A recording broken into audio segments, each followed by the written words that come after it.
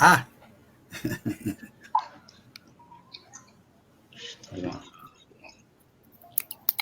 Olá, boa noite, amigos e amigas da Auditoria Cidadã da Dívida e da Rede Internacional de Cátedras sobre a Dívida Pública. Damos início agora a mais um painel do Congresso Internacional Sistema da Dívida nos tempos de financiarização e a importância da auditoria para interromper a barbárie. Faço aqui a saudação a todas e todos. Quem vai coordenar este painel é o professor Sérgio Souto.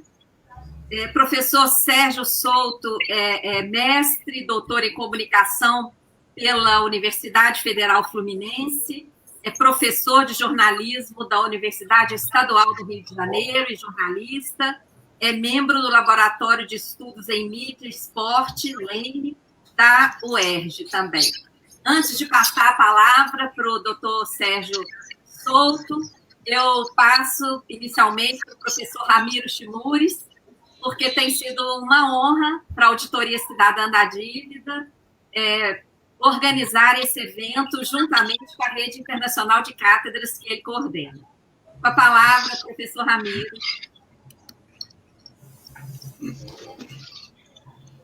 Gracias, María Lucia. El placer es todo nuestro.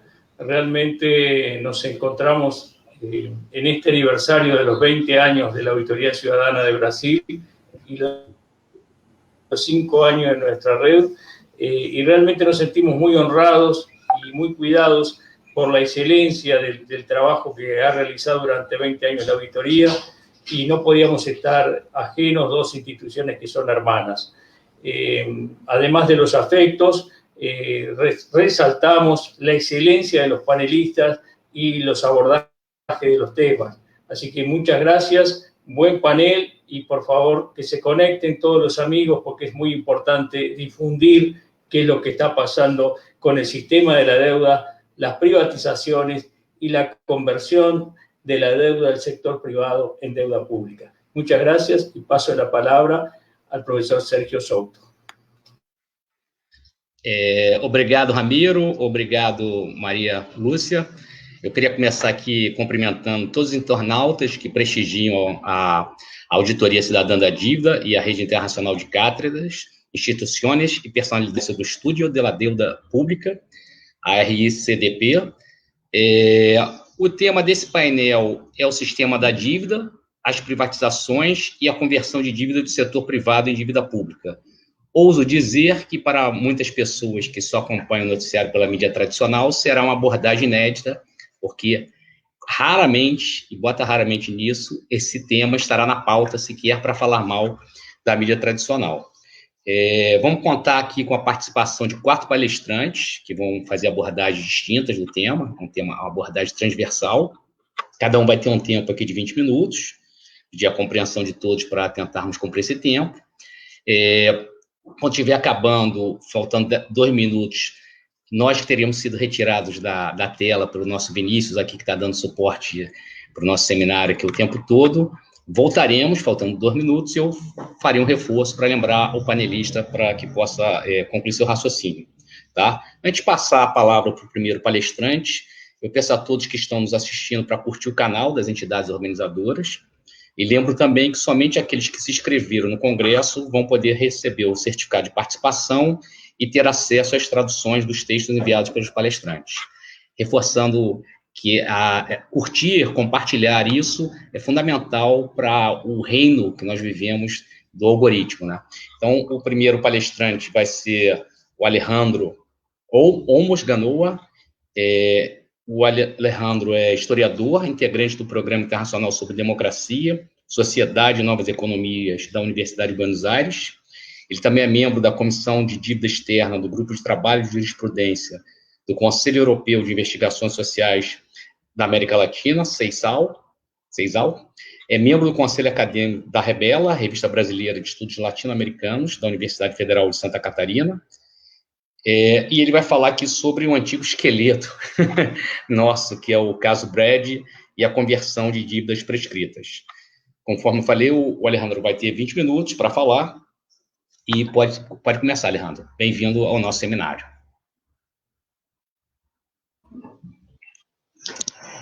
Buenas tardes. Quiero agradecer primeramente a la Auditoría Ciudadana de la Deuda, a la red de cátedras que me han invitado a participar de este Congreso Internacional para tratar de reflexionar y analizar lo que un destacado jurista italiano llamó la esclavitud del tercer milenio, que es la deuda. Y yo me voy a referir al Brady por sugerencia de mi querida amiga María Lucia, porque para mí el Brady es el paradigma del sistema de la deuda. ¿Por qué digo esto? Primeramente porque el Brady se hizo en casi todos los países latinoamericanos, es decir, en diferentes épocas, porque originalmente fue una idea sugerida por el ex ministro de Economía de Brasil, Bresser Pereira, a Baker en los Estados Unidos, y finalmente lo tomó Nicolás Brady como una manera de liberar a los bancos norteamericanos de deudas que en ese momento eran prácticamente incobrables y convertirla en bonos que iban a ser colocados en el mercado internacional. Ahora, ¿por qué digo que el Brady es el paradigma del sistema? Porque en este sistema de la deuda, como bien dice María Lucia, como hoy lo oímos en la representante del Parlamento griego, del embajador Spechegil, que habló de todo el proceso, es una estructura que se implantó en todos nuestros países de la misma manera.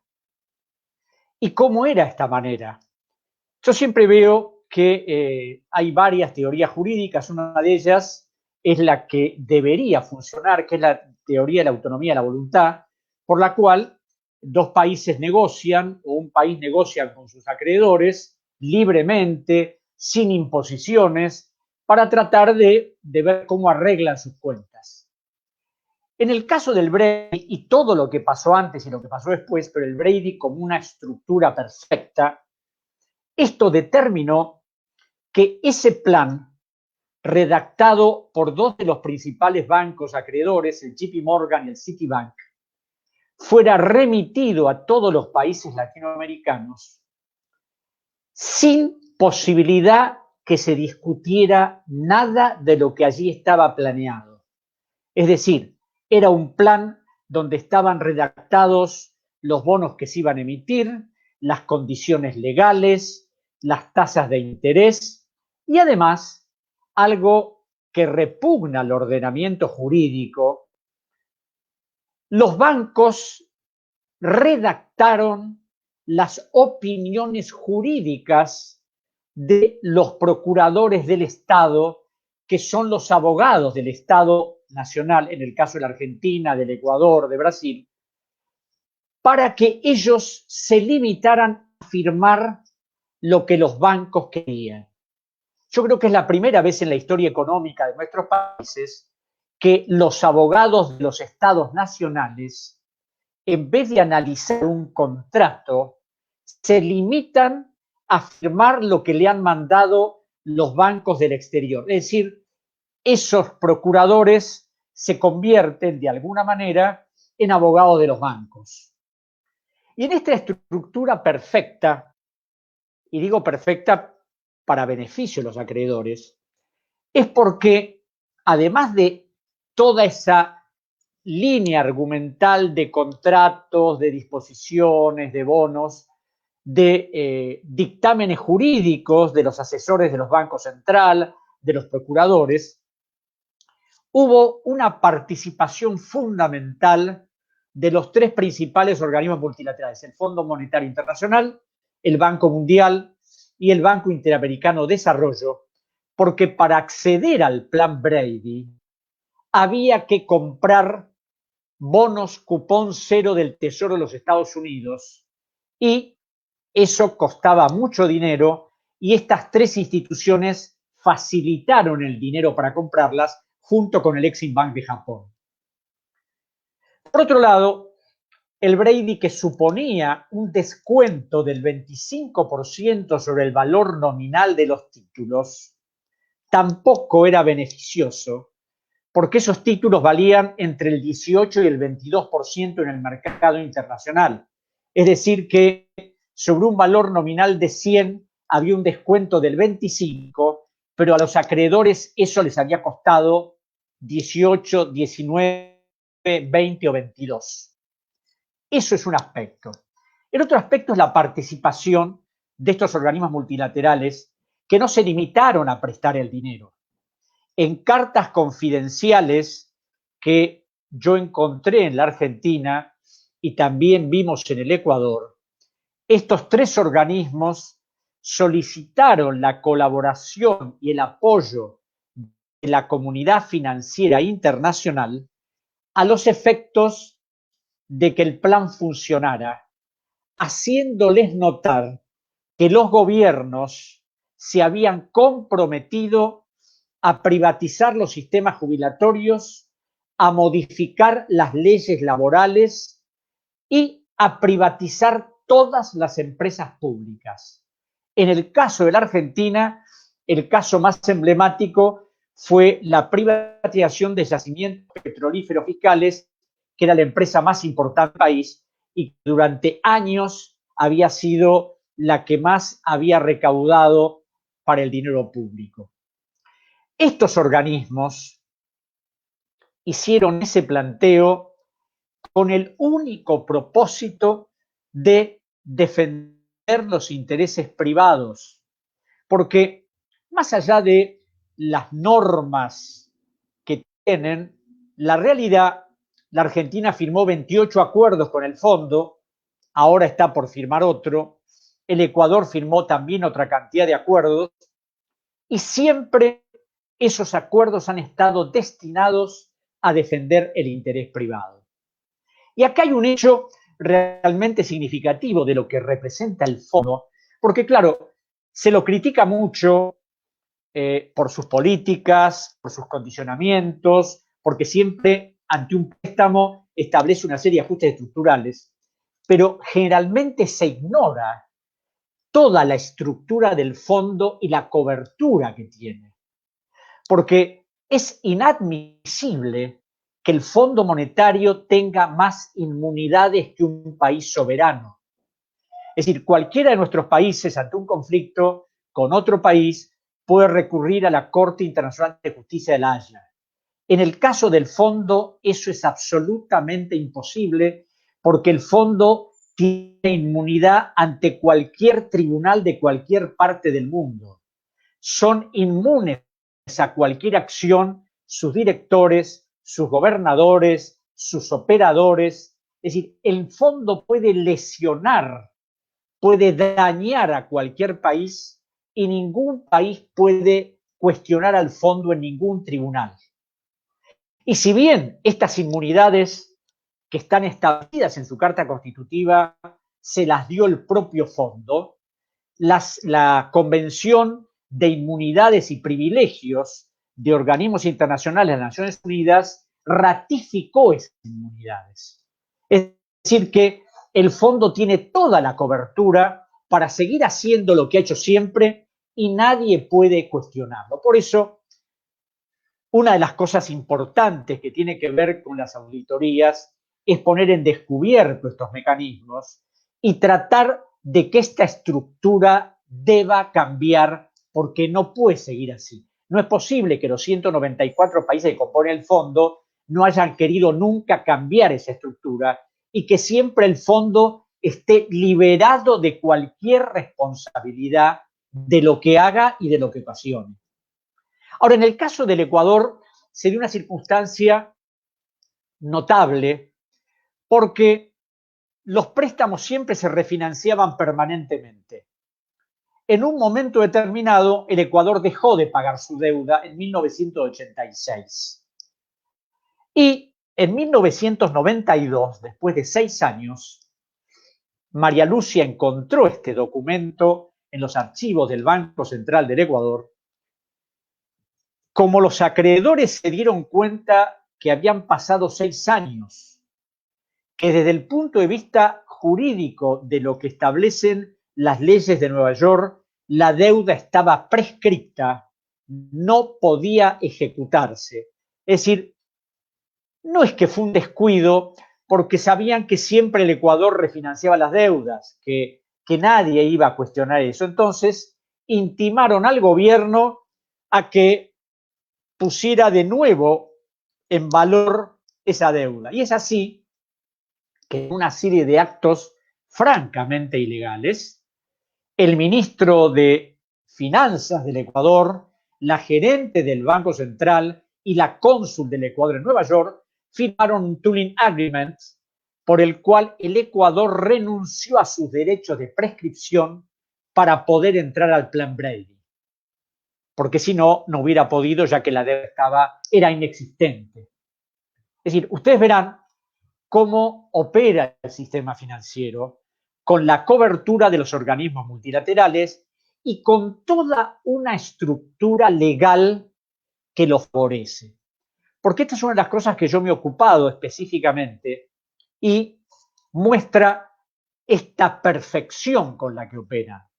Porque en otros momentos, dada la norma que establecía que los países eran absolutamente soberanos y que no podían ser juzgados en ningún otro país, esto empezó a cambiar en 1976 con el dictado de la Foreign Sovereign Immunity Act de los Estados Unidos, por el cual, contrariando toda la legislación norteamericana, el Estados Unidos aceptaba que cualquier país que renunciaba a su soberanía podía ser juzgado en el país.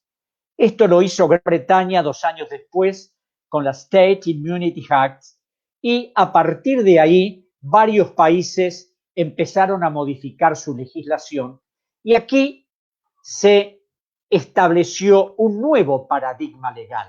Es decir, los países ya no eran tan soberanos, sino que tenían soberanías limitadas o relativas. Es decir, cuando un país emitía bonos, era tratado como un agente comercial convencional y podía ser juzgado en cualquier parte del mundo. A partir de esos años, la totalidad de los países modificaron su legislación y aceptaron esta concepción de la inmunidad relativa, a punto tal que a través de un extenso estudio hecho por un profesor de la Universidad de Viena, el doctor Gaffner, la Asamblea de las Naciones Unidas emitió la Convención sobre las inmunidades de los países y sus miembros, aceptando la renuncia a la inmunidad soberana en caso de cualquier litigio relacionado con los bonos. Es decir, que el sistema financiero, cuya perversidad es notable, ha conseguido modificar el derecho internacional, es decir, darle inmunidades a los organismos internacionales para que respalden al sistema financiero y tiene la cobertura total. Ahora bien, en cuestiones de derecho internacional no hay normas totales y específicas como las hay en los países respecto a sus propias legislaciones, porque hay muchas teorías, hay muchas discusiones y, excepto lo establecido en la Convención de Viena, es decir, no hay una norma absoluta que determine que un país debe proceder de esta o de otra manera. Pero claro, en este momento la costumbre internacional es esa. Los países tienen inmunidades relativas y cuando emiten bonos consideran que sus actos son de iure gestionis y en consecuencia pueden ser juzgados en cualquier otra parte. Esto el Plan Brady lo consolidó totalmente. Ahora bien, ¿cómo es posible que podamos enfrentar ese sistema? Primero cuestionando todo esto, porque una de las cosas a tener en cuenta es que eventualmente, aceptando la posibilidad de que un país emita un bono y en ese caso sea considerado como un agente comercial. Una cosa muy distinta es una reestructuración de deuda soberana donde el país ejerce su soberanía. Y en el caso del Plan Brady, en las conversiones de deuda que ha hecho el Ecuador en el año 2000, 2001, la Argentina en el 2001, 2005, 2010 y va a ser ahora, el país actúa en ejercicio del derecho a su soberanía y por eso plantea una reestructuración. Pero claro, esto lo tienen que plantear los países o nosotros, a través de las redes de la Auditoría Ciudadana de Brasil, de la red de cátedras internacionales, tenemos que empezar a plantear estas cosas para frenar este avance que tiene el sistema financiero sobre el derecho internacional público y sobre el derecho de nuestros países, porque en una época la capitalización de intereses estaba prohibida, el anatocismo estaba prohibido, porque además uno de los principios generales del derecho es el que prohíbe la capitalización de intereses. Esto fue totalmente barrido. Es decir, esto ya no existe en ninguna parte del mundo, excepto en el Código Civil de Alemania. Todos los países reconocen que es válida la capitalización de intereses. Ahora bien, en el Plan Brady, la estructura completa debió ser aceptada. No fue una materia de discusión entre un país y los bancos acreedores. No, los bancos dijeron, este es el plan y deben aceptarlo tal cual está. A punto tal que el plan vino a nuestros países, redactado en idioma inglés, fue traducido en nuestros países al idioma del país y enviado a todos los organismos para que los ministros, los asesores jurídicos y los procuradores firmaran todo lo que querían los acreedores. Es decir, limitarse a aceptar el condicionamiento y el sometimiento a la voluntad de los acreedores. Esto no podía verse descubierto si no hubiera sido por una auditoría. Yo lo encontré en la República Argentina a través de una acción penal que inició mi padre en el año 82 y que yo continué a partir del año 2001. Y en el Ecuador, a través de la Auditoría de la Deuda, pudimos ver todo este mecanismo, porque además vimos que el Plan Brady no era un plan para Brasil solamente, o para la Argentina, o para Ecuador. No, era un plan global para todos los países endeudados. Es decir, se llegó al extremo a través de ese plan, que fue seguido en otros, pero este digamos que es la primera estructura global que se planteó. Ese plan fue impuesto, no fue consensuado y no pudo ser discutido. Pero además de eso, para tener la seguridad total de que no podía haber discusiones legales de ninguna naturaleza, los bancos norteamericanos sugirieron a nuestros países la contratación de abogados externos y así se contrató en el Ecuador, en la Argentina, a un conocido bufete de abogados norteamericanos, Cleary, Gottstein y Hamilton, eran Alejandro, 2 minutos. Que eran, okay, Só para avisar que que 2 eran minutos. asesores de los grandes bancos norteamericanos para que actuaran supuestamente a favor de nuestros países. Algo realmente que no tiene fundamento de ninguna naturaleza, pero claro, como dije al principio, como el plan era perfecto, hasta nos pusieron los abogados externos que respondían a los intereses de ellos. Ahora bien, la importancia de una auditoría es porque no solo analiza los aspectos económicos, ambientales, sociales, sino que analiza toda la estructura jurídica. Y a través del análisis de toda esa estructura jurídica hemos podido encontrar este tipo de cuestionamientos, este tipo de cláusulas, porque, por ejemplo, una de las cosas enormes y terribles del Plan Brady es que tenía todo un listado de cláusulas que repugnaban al derecho de los estados nacionales. Y una cláusula, sería muy largo enumerarlas todas, pero una cláusula era especialmente el broche de oro de ese contrato. En ese contrato se decía que si lo que se estaba firmando era nulo, era ilegal y no podía ser ejecutado, el país renunciaba a pedir la nulidad, la ilegalidad o la no ejecutabilidad del contrato. Es decir, estábamos atados de pies y manos. No teníamos opciones para discutir nada.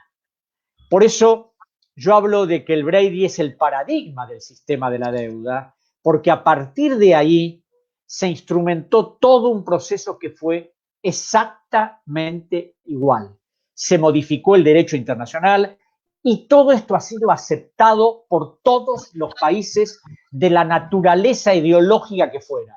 Ningún país se ha atrevido a cuestionar al Fondo, al Banco Mundial, al Banco Interamericano de Desarrollo, sino por el contrario han reforzado estas estructuras.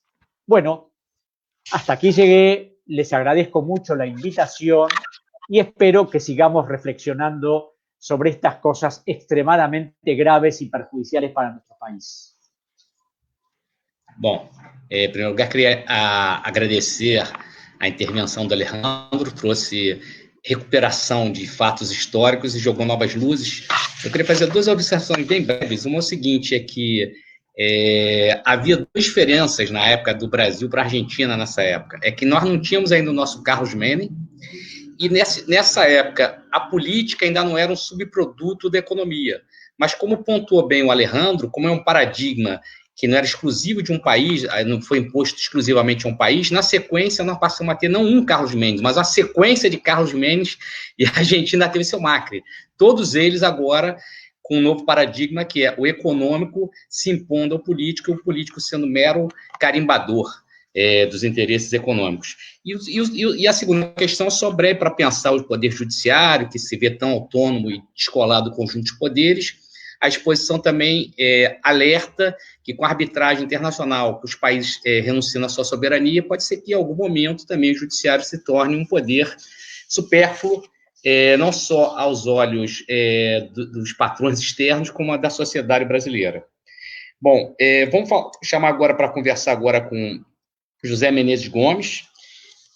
Ele é professor da Universidade Federal de Alagoas, de Economia Política e Economia Monetária, ele é coordenador no Núcleo Alagoano da Auditoria Cidadã, também é membro da Rede Internacional de Cátedras, Instituições e Personalidades sobre o Estudo da Deuda Pública e é doutor em História Econômica pela USP. O José Menezes Gomes vai falar sobre o caso Proes e a origem da dívida dos Estados. Para começar, o mesmo sistema terá 20 minutos e quando voltarmos aqui todos, a tela faltarão 2 minutos. A palavra, José Menezes. Boa noite a todos e a todas, e eu queria lembrar, antes de falar do meu tema, exatamente da importância da auditoria cidadã e da rede de cátedras.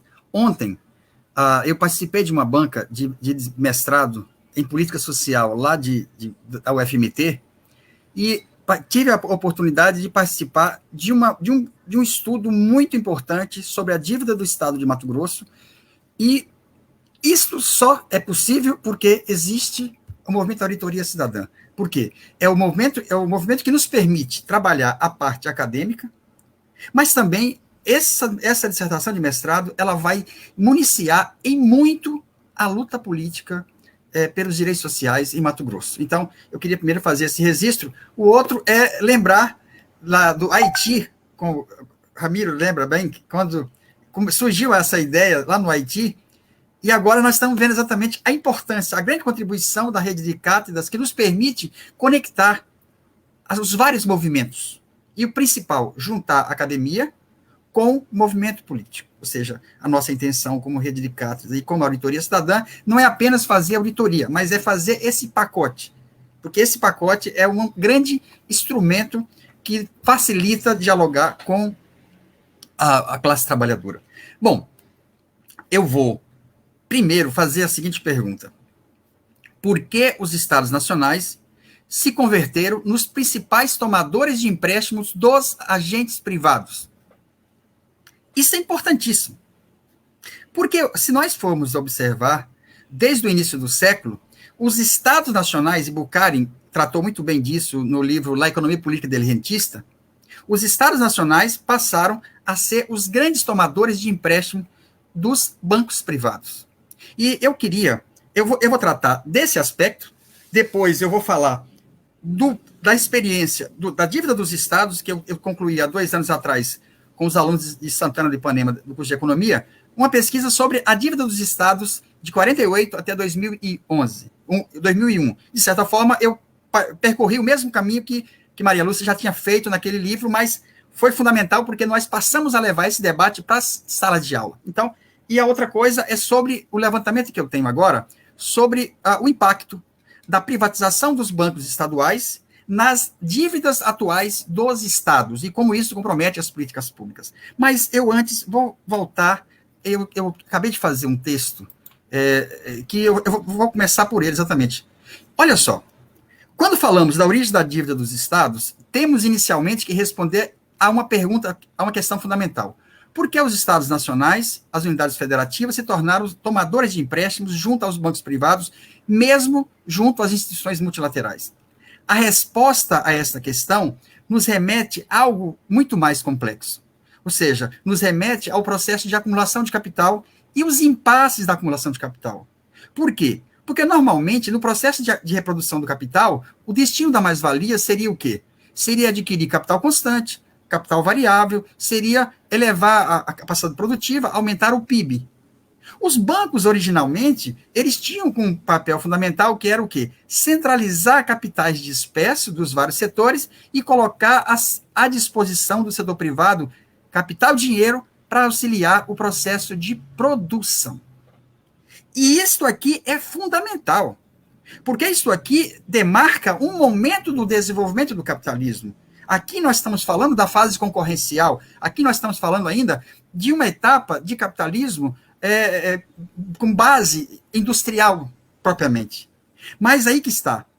Para entendermos esta mudança de orientação, em que os bancos privados passam a buscar nos estados os seus tomadores principais e começam a se afastar dos agentes privados, para entender isso, nós precisamos entender exatamente o que significou o capitalismo chegando à sua fase monopolista, que Lenin muito bem tratou, e vários outros autores. Ou seja, 1870, nós temos o quê? A eliminação da livre concorrência e a sua substituição pela exportação de mercadorias, substituída pela exportação de capitais, e o principal, o crescente parasitismo do capital. Esta é a palavra-chave. Esta é a palavra-chave que eu trabalhei bastante na minha dissertação de mestrado. O que significa caráter parasitário rentista? Significa que esse capital não retorna naturalmente para a esfera produtiva. Ele fica retido.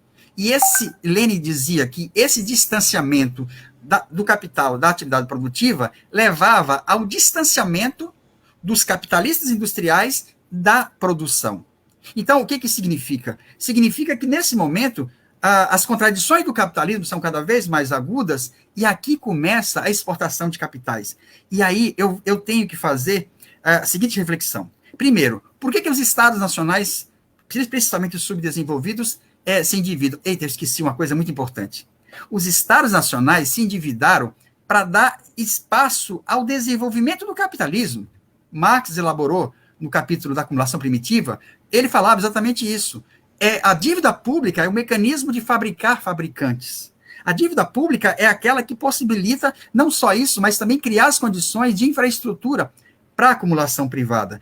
Pensava-se, então, que depois do capitalismo chegar à sua fase industrial, a necessidade do Estado se endividar estaria reduzida. Ao contrário, porque aí veio o quê? Veio a depressão de 1872 a 96, a 95, depois veio a crise de 29. Então, a crise capitalista, ela foi tornando cada vez mais necessário a intervenção do Estado. E esta forma monopolista, acirrando as contradições, o Estado passa a ser agora um auxiliar ainda mais, e a dívida pública principalmente. E aí é o seguinte, eu preciso mostrar este livro. Rosa Luxemburgo. Rosa Luxemburgo, ela vai mostrar o componente mais importante que eu procurei tratar na minha dissertação de mestrado e também na tese de doutorado, que é o seguinte: o capital que vem para ser emprestado para o Estado é o capital que perdeu o seu retorno produtivo por conta e risco do agente privado. E a Rosa, na página 288, ela diz literalmente a conversão de capital dinheiro em capital produtivo. Jurandir Xavier, que foi meu primeiro orientador no mestrado em Campina Grande, ele tratou com mais detalhe isso. Porque, vejam bem, Barry Eichengreen fez um estudo fantástico mostrando que o ciclo de endividamento dos países subdesenvolvidos tem a ver com o ciclo de reprodução e impasse da reprodução capitalista nos países centrais. Ou seja, toda vez que se teve um momento de incerteza na reprodução do capital lá nos países centrais, isso desembocou num ciclo de endividamento. Então, mas o que significa isso? Significa que na crise de superprodução, um dos componentes principais é o represamento do capital na forma de dinheiro. Marx chamava isso de pletora de capitais. E esse capital, que não é reinvestido porque a rentabilidade, e por vários motivos, ele vai procurar outras formas de rendimento. E a forma principal está justamente disso. O Jurandir dizia, ele dizia assim, Xavier afirmava que esse processo resulta na conversão de capital inativo em capital produtivo, por conta e risco do próprio Estado. Vamos só ver o que significa por conta e risco do Estado. Veja bem, nós estamos falando aqui de capital e de capitalismo, e o capitalismo pressupõe risco. Mas a partir do momento que as contradições capitalistas se tornaram mais agudas, esse risco passou a fazer com que os agentes privados buscassem outra forma. E aí o que ele vai procurar? Ele vai dizer o seguinte, na verdade, em especial, o surgimento do capital, em grande parte, resulta da conversão, o capital estatal, que foi decisivo para o desenvolvimento do Brasil e na América Latina, o que ele é propriamente? Vamos pegar aqui o exemplo de Alagoas. Alagoas criou a empresa chamada Salgema, que agora é a Braskem. O que ela fez? Ela pegou 2 empréstimos junto à França, no momento em que a taxa de juros estava mais alta, 79, 80, com esse dinheiro, ela converteu em uma fábrica de matéria-prima para a chamada revolução, a terceira revolução industrial, que seria os novos materiais. Então, o que o Estado de Alagoas fez? Transformou capital inativo, que estava parado lá na Europa, e aqui ela converte em capital produtivo na forma de capital estatal.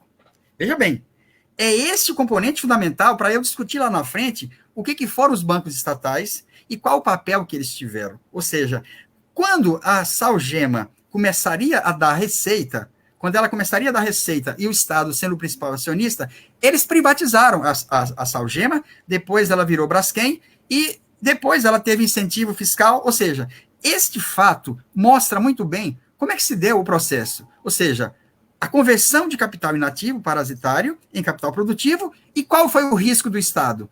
O Estado de Alagoas teve que pagar juros altos, e aí quando veio a política econômica de Reagan, que subiu de 5% para 20%, o Estado de Alagoas pagou todo o ônus desta política monetária, que ao você fazer empréstimo externo está submetido, e o Estado de Alagoas, para bancar a Salgema, que foi privatizada e transformou-se em fonte da acumulação privada, o Estado de Alagoas teve um processo de endividamento que culminou num colapso em 97, quando 9 meses os servidores ficaram sem receber salário. Então, o Estado de Alagoas não é um caso à parte. Praticamente todos os demais passaram pelo mesmo processo. Aí, o que nós temos? O que significa tudo isso? Bom, para isso, eu trabalhei no capítulo da minha tese, que é entender o que significa a origem, de onde é que esse dinheiro que veio para cá, que os estados tomaram emprestado, que a União tomou emprestado, municípios tomaram emprestado, de onde é que ele vinha? Ele vinha de uma coisa chamada Euromercado de Moedas. E é importante entender o que é o mercado de moedas. Era um mercado internacional privado, onde os eurodólares eram a maioria. Esse dinheiro era dinheiro que estava distante da produção. Era dinheiro que não se submetia ao processo produtivo e nem à política monetária dos seus países. Naquele primeiro momento, a taxa de juros estabelecida, a LIBOR, ela dependia da oferta e da demanda. Então, o que aconteceu? No primeiro momento, a taxa era muito baixa, mas, em seguida, a taxa começou a subir. Então, o que nós tivemos? Os regimes militares que ocorriam em praticamente todas a América Latina, primeiro, nós tínhamos vários motivos. Fundamental, agentes privados que dispunham de um capital excedente inativo, que não assumia a atividade produtiva, procurando tomadores. Do outro lado, nós tínhamos governantes, governos apoiadores da ditadura, que buscavam se legitimar com obras que impulsionassem o crescimento econômico e dentro disso, a pressão das oligarquias regionais por maior intervenção do Estado, que impulsionasse os seus investimentos privados. Então, o que nós tivemos aqui foi justamente isso. A dívida dos estados e a dívida dos países da América Latina, em particular, resultou exatamente disso. Peraí, deixa eu tomar um pouquinho de água, que eu estou com muito tempo sem dar aula presencial. Nós sabemos que é fundamental tomar água. Então, o que nós temos aqui? O que nós temos é um imenso mercado internacional privado, precisando alocar dinheiro que o setor privado não assumia diretamente, apesar que alguns setores tomaram emprestado também. E, do outro lado, nós tínhamos ditaduras que precisavam se legitimar. O milagre brasileiro e todas as obras que aconteceram, esse foi o momento em que, o que nós tínhamos? Todo esse dinheiro que vinha de lá, no primeiro momento, ele se transformou em rodovia, em ponte, em Braskem, Só que a partir de 85, esses empréstimos passaram a vir para pagar empréstimos. E mais recentemente, o que nós temos são empréstimos sem contrapartida nenhuma. Então, é muito importante que possamos entender que a natureza do capital que nós estamos aqui conversando. Ou seja, o que nós temos aqui é justamente transformação de capital inativo em produtivo por conta e risco. Só que aí tem um detalhe. Este dinheiro que vem lá de fora, que o Estado assume o risco, serve para acumulação privada. Só que o que acontece? Na etapa seguinte, esse capital não é reinvestido. E aí o que o governo brasileiro criou? Criou os incentivos fiscais. Ou seja, o Estado converteu o capital inativo em capital produtivo por conta e risco do Estado, ajudou a acumulação de capital, só que eles não continuaram o processo de reinvestimento.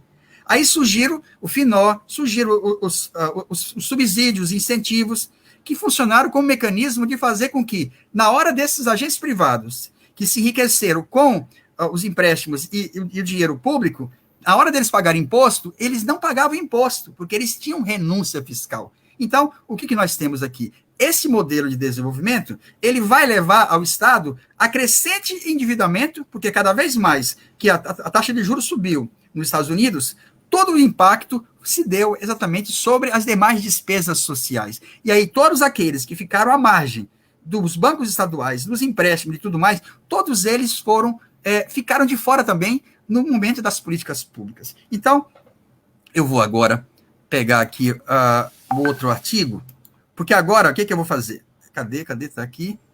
Então, o que eu fiz? Eu peguei uma planilha do Senado Federal com todos os empréstimos, Lei 9496, Estado por Estado. Quanto que cada Estado, cada unidade federativa, tem da sua dívida renegociada por essa lei, quanto que isso representa o PROES?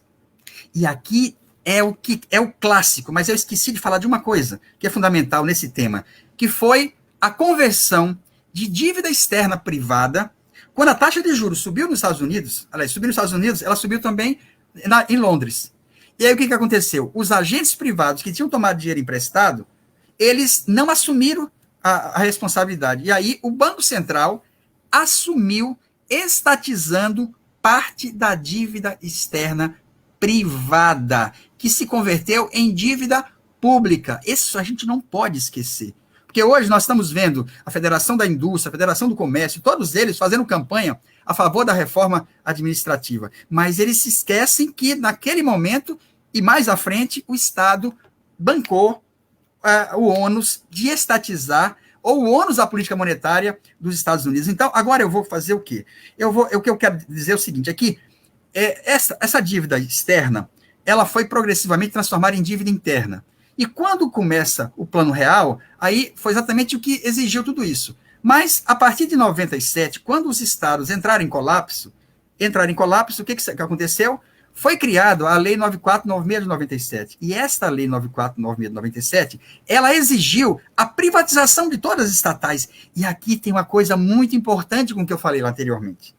Porque, olha só, eu estava falando inicialmente que é um tema que praticamente ninguém discute, que é de onde vem a origem do capital e qual é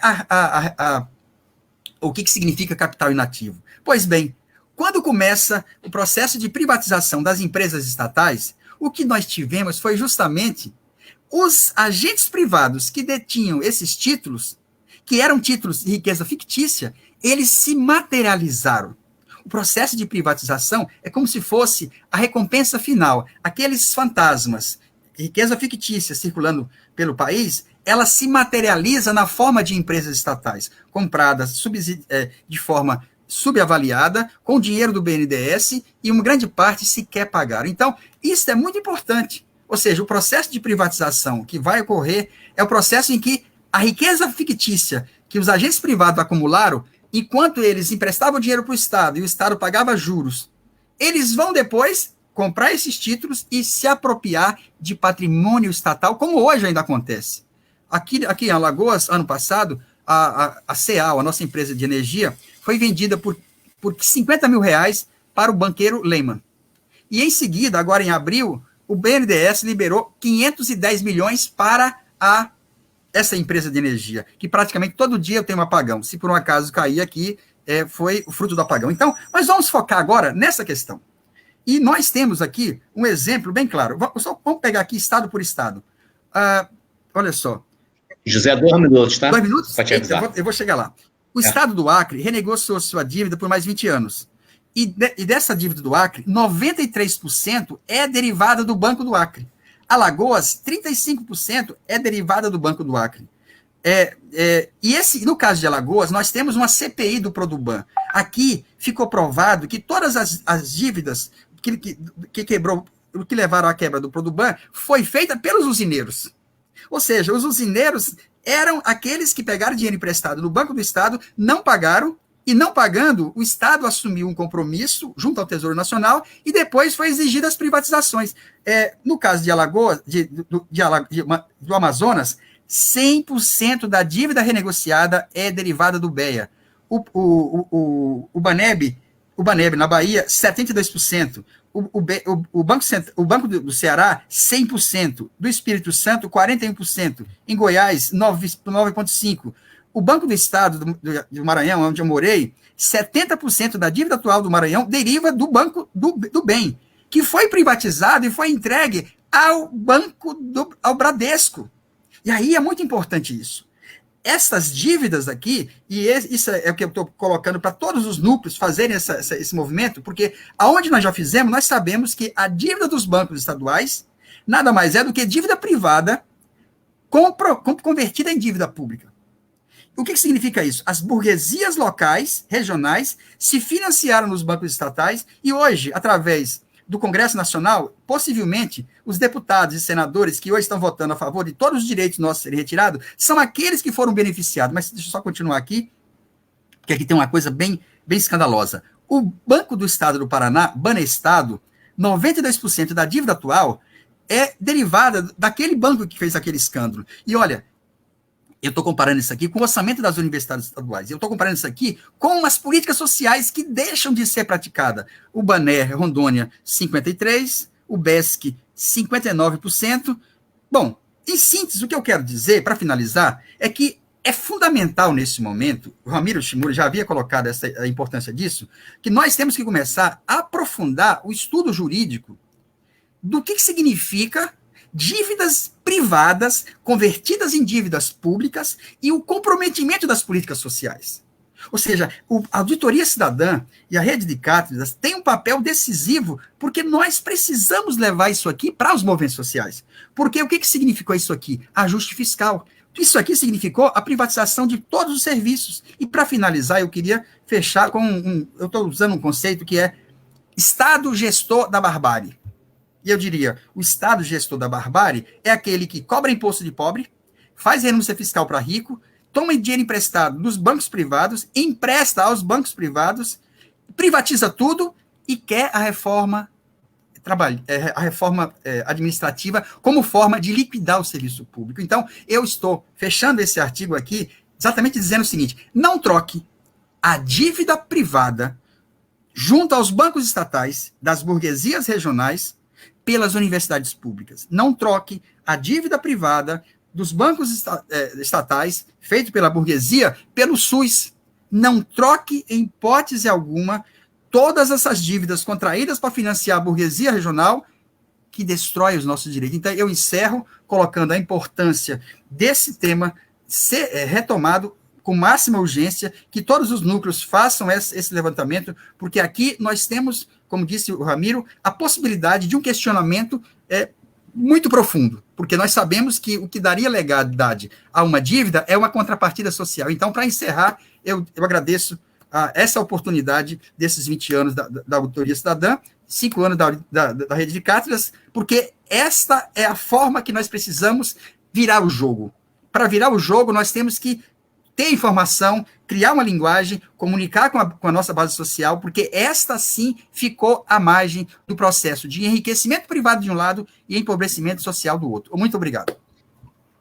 É bom agradecer ao professor José Menezes por essa ampla, colocar uma perspectiva histórica a questão dos empréstimos como um mecanismo de transferência de renda do setor produtivo para um pequeno núcleo, que é o setor financeiro, e rentistas, e explicar por que o projeto se mantém, porque existem essas alianças regionais, onde franjas aí da burguesia nacional se apropriam também de partes generosas disso. Mas eu queria chamar a atenção só para uma questão, que os empréstimos, e com seus juros flutuantes, como foi colocado, e com imposições de condicionantes incumpríveis, eles também têm um segundo papel, que é político, que é chantagear os estados e subestados nacionais para que os impeçam de terem políticas soberanas quando dirigidos por pessoas eleitas pelo povo que têm uma visão diferente do mainstream. Então, esse é um instrumento não apenas econômico, mas também tem um caráter político. Vamos passar para terceiro panelista, que no caso é uma mulher aqui, numa auditoria que tem uma mulher tão guerreira como a Maria Lúcia, não poderia deixarmos de ter também uma presença feminina, várias presenças femininas são fundamental. A Sara Campos, ela é advogada, mestre em Direito Administrativo pela Universidade Federal de Minas Gerais, doutoranda em Ciências Jurídico-Políticas pela Universidade de Lisboa, presidente do Instituto Prunarte, que é da UFMG, presidente também da Comissão de Direito Administrativo da OAB Minas Gerais, membro da Comissão Especial de Direito Administrativo de Autonomia Universitária do Conselho Federal da OAB e membro da Rede Internacional de Cátedras, Instituições e Personalidades sobre o Estudo de la Deuda Pública. Com a palavra, a Sara.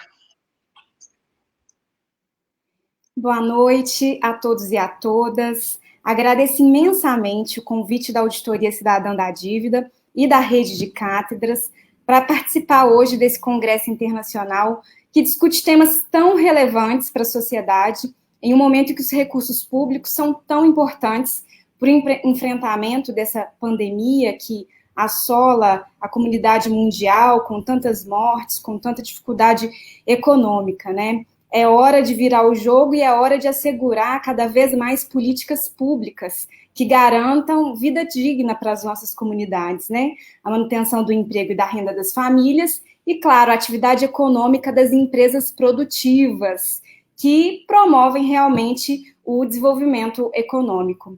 Bom, o tema sugerido pela querida Maria Lúcia e pelo professor Ramiro é a discussão da recém-aprovada Emenda Constitucional 106 de 2020, aqui no Brasil, que autoriza a compra dos ativos privados sem limite pelo Banco Central.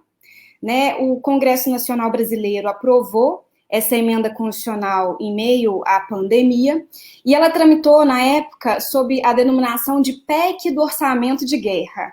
Né? A então PEC 10, ela tinha como justificativa a facilitação das contratações e compras de insumos hospitalares pela administração pública no período da pandemia, e também de flexibilizar normas orçamentárias, financeiras, para atendimento das exigências do combate à Covid-19.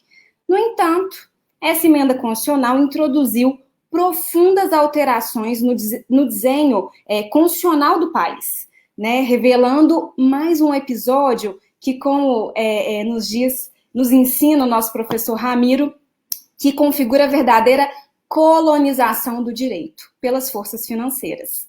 Né? É esse insistente decisionismo de emergência que acaba por capturar as estruturas institucionais do país, promovendo alterações normativas com vistas a atender interesses privados, tal como ocorreu, não é novidade, com a Emenda Constitucional 95, de 2016, que estabeleceu no Brasil um teto para os gastos com despesa primária, ou seja, com os investimentos sociais, sem limitar, no entanto, as despesas financeiras. E aí, a nossa auditoria cidadã revela nos seus gráficos pizzas, digamos assim, aquela parte toda comprometida do orçamento público com pagamento de dívida pública, juros e encargos da dívidas, porque realmente no Brasil as normas jurídicas, a nossa própria Constituição está sendo mesmo capturada por essas forças do mercado, minando os nossos recursos públicos para a criação desse sistema, como Maria Lúcia intitulou, desse sistema de geração de dívida pública, infelizmente. E não é só no Brasil, é no mundo todo, mas no contexto do Brasil, especificadamente da Emenda Constitucional 106 de 2020, eu vou tratar de forma mais específica do artigo 7º, que é o artigo justamente que impõe essas mudanças radicais na estrutura institucional do Banco Central do Brasil, que passou a ser autorizada a partir de então a operar no mercado secundário como mero operador independente, assumindo os riscos e prejuízos das instituições financeiras privadas. Enfim, o artigo 7º da emenda prevê que o Banco Central do Brasil, no período da duração da pandemia, fica autorizado a comprar e vender títulos de emissão do Tesouro Nacional nos mercados secundários local e internacional, os ativos em mercados secundários nacionais, no âmbito de mercados financeiros, de capitais e de pagamentos, desde que, no momento da compra, e aí a limitação que se coloca, né, Maria Lúcia, que é uma limitação para bobo ver, digamos assim, né, numa linguagem mais simples, que coloca a exigência de ter que ter uma classificação de risco do crédito no mercado local equivalente a BB- ou superior, né? Então, em verdade, essa emenda aprovada, ela institucionaliza um mecanismo geracional de dívida pública sem imposição de limites de gastos com essas operações. O Banco Central está livre para aportar recursos públicos para realizar a compra, a negociação desses títulos no mercado de balcão, no mercado secundário, e sem nenhuma contrapartida para o país e para a sociedade. E aí é claro que essa operação viola, evidentemente, normas e princípios constitucionais basilares do ordenamento jurídico brasileiro, em especial do artigo 192 da nossa Constituição Cidadã, que estabelece que o sistema financeiro nacional é estruturado de forma a promover o desenvolvimento equilibrado do país e a servir aos interesses da coletividade e não, obviamente, das instituições financeiras. É importante destacar que o próprio processo legislativo de alteração constitucional foi viciado formalmente, né? Primeiro porque promoveu uma alteração estrutural na nossa Carta Constitucional em meio à pandemia da Covid, por meio de deliberações virtuais entre os parlamentares, sem nenhuma participação popular, o que certamente viola os princípios democráticos, as garantias do nosso processo legislativo constitucional, que exige a plena participação cidadã no processo decisório de alteração da Carta Fundamental do país. Essa aprovação da emenda também, ela violou uma outra regra de processo legislativo brasileiro, que é a regrinha do artigo 60 da Constituição, que exige a aprovação em 2 turnos nas duas casas legislativas, então Senado e Câmara dos Deputados. Contudo, o texto que foi aprovado no Senado, que especificava quais eram os tipos de papéis financeiros que poderiam ser adquiridos pelo Banco Central, ou seja, o texto do Senado, ele trazia um rol dos papéis que poderiam ser negociados. E aí, quando foi aprovado pela Câmara dos Deputados, a segunda Casa Legislativa, a Câmara eliminou a relação dos ativos financeiros adquiríveis, concedendo ampla liberdade para compra e venda pelo Banco Central desses ativos de capitais e pagamentos em mercados secundários, sem restrição de aportes de recursos públicos. E isso é o mais grave. Em razão desse vício formal, inclusive, foi ajuizada uma ação direta de inconstitucionalidade perante o Supremo Tribunal Federal, a ADI 6417, pelo Partido Cidadania, em que a auditoria cidadã ela atua como amigo da corte. Não foi deferida uma medida liminar pelo então ministro Fux, suspendendo, né, a validade, a eficácia desse artigo 7º, mas pelo menos se instituiu o rito abreviado. Espera-se que, com brevidade, o Supremo Tribunal Federal se atente para a importância da discussão que foi posta nessa ADI e promova o julgamento que certamente deverá ser pela inconstitucionalidade formal da aprovação desse dispositivo. A Auditoria Cidadã, ela inclusive denunciou esse grave vício no processo de votação da emenda, né, alertando, inclusive, sobre uma matéria publicada pelo jornal Valor Econômico, que anunciava que o Banco Central compraria cestas de títulos privados após a alteração da Constituição, né? A gente sabe que quando se adquire uma cesta de títulos privados fora do mercado organizado, não há um exato controle dos tipos de papéis financeiros contemplados no pacote, que pode, inclusive, conter títulos sem valor comercial algum, que sequer poderão ser identificados, escondendo, claro, a verdadeira identidade e, mais do que tudo, qualidade desses títulos que estão sendo negociados pelo Banco Central. E aí, nesse sentido, a permissão de atuação do Banco Central no mercado secundário viola princípios caros à administração pública brasileira, como a publicidade, a transparência, a segurança jurídica, a equidade nas operações empreendidas pelo Banco Central. A imprensa e os próprios parlamentares, na época, noticiaram que o Banco Central poderia utilizar 972,9 bilhões, ou seja, quase 1 trilhão de reais, de recursos públicos na negociação desses títulos, incisivamente feita pela Auditoria Cidadã, e este valor, como apurado pela auditoria, coincide com o montante acumulado ao longo de 15 anos dos créditos inadimplentes das carteiras das instituições financeiras brasileiras, ou seja, a carteira podre dos bancos, né? É uma mera coincidência.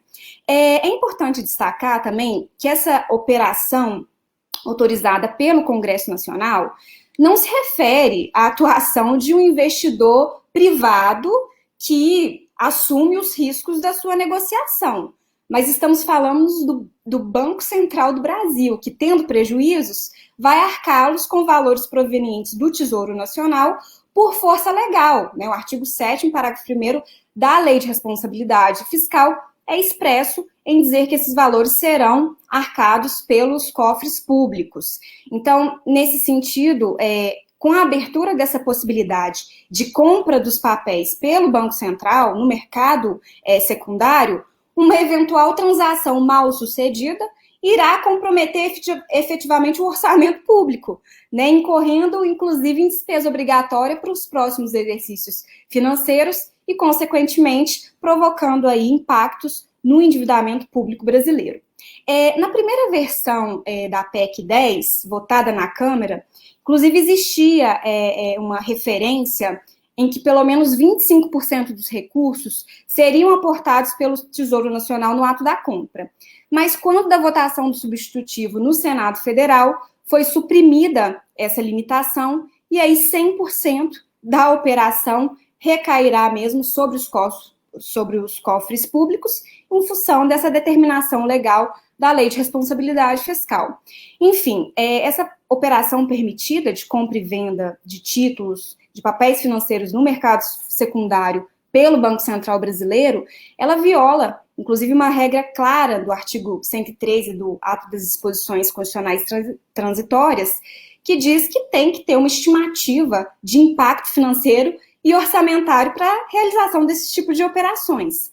Então, o que faz, na verdade, essa emenda constitucional é alterar o paradigma de funcionamento do Banco Central, aumentando ainda mais os privilégios do setor financeiro, violando o princípio da moralidade pública, ao conceder incentivos públicos injustificáveis a instituições financeiras nesse contexto de pandemia do novo coronavírus. Por tudo isso, fica evidente que, em pleno quadro de calamidade pública gerada pela pandemia do novo coronavírus, e inclusive com uma justificativa de que as emendas, de que as propostas ali contempladas na PEC do orçamento da guerra era para resguardar aportes públicos para enfrentamento da pandemia, na verdade se percebe que é exatamente o contrário os propósitos desse artigo, porque, na verdade, todo esse drama social que a sociedade brasileira está enfrentando, agravado por essa desigualdade extrema e insuficiência de recursos de saúde pública, né?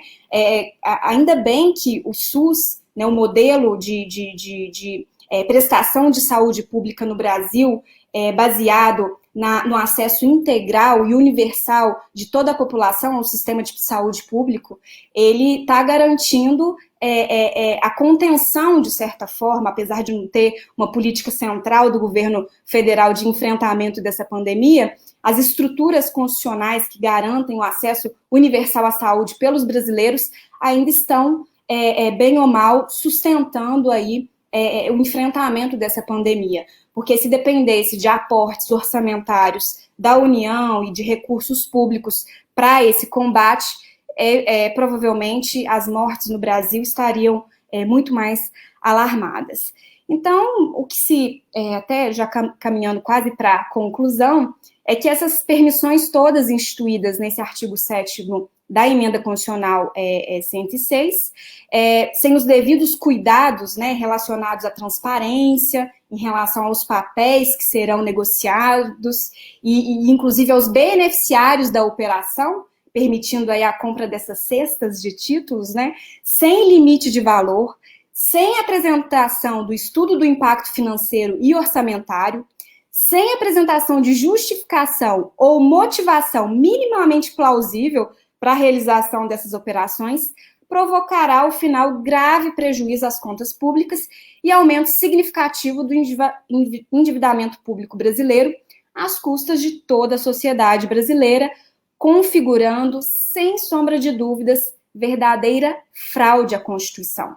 Certamente, os objetivos do artigo 7º da Emenda Constitucional 106 deturpam o espírito da nossa Constituição cidadã, visando a implementação de atos que buscam justamente o que é vedado pelo nosso ordenamento jurídico, ao criar um mecanismo que permite priorizar destinação de recursos públicos nesse momento de crise para o mercado financeiro, em detrimento de investimentos em saúde, financiamento de pesquisa para o combate ao coronavírus, bem como auxílio econômico à população, às empresas produtoras e geradoras de emprego e renda, essa emenda certamente frauda regras e princípios estruturantes da nossa Constituição, em especial o núcleo central do Sistema Financeiro Nacional, previsto lá no artigo 192, que é o de promover o desenvolvimento equilibrado do país e a servir os interesses da coletividade.